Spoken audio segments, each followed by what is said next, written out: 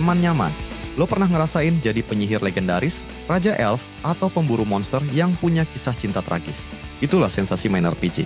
Bikin lo hidup di dunia lain, bebas nentuin takdir sendiri. Tapi, gimana sih awalnya genre ini bisa meledak?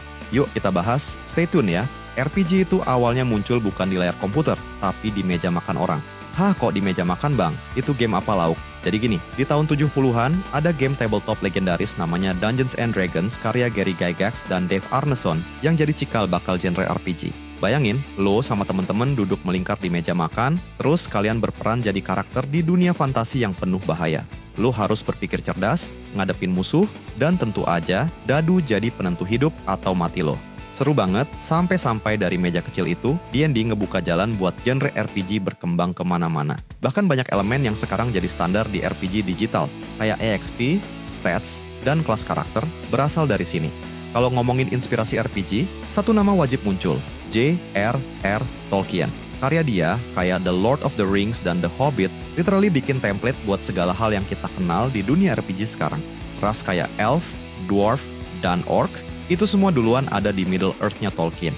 Bahkan konsep petualangan panjang penuh bahaya yang penuh teka-teki sama sihir, itu jadi inspirasi berat buat Dungeons dan Dragons. Jadi kalau lo suka dunia RPG, entah tabletop atau digital, anggap aja Tolkien itu kayak dungeon master besar yang ngerancang semuanya duluan.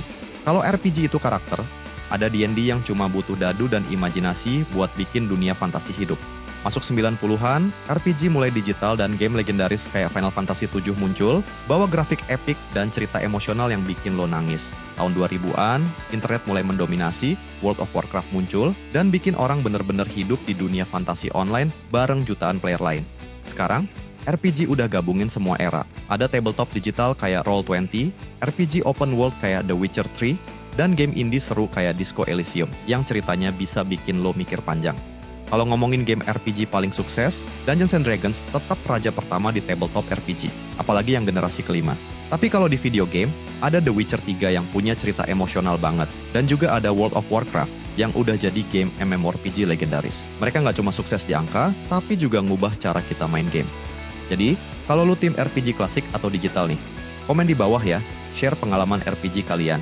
Jangan lupa subscribe dan nyalain lonceng notifikasi, biar nggak ketinggalan cerita seru lainnya teman nyaman.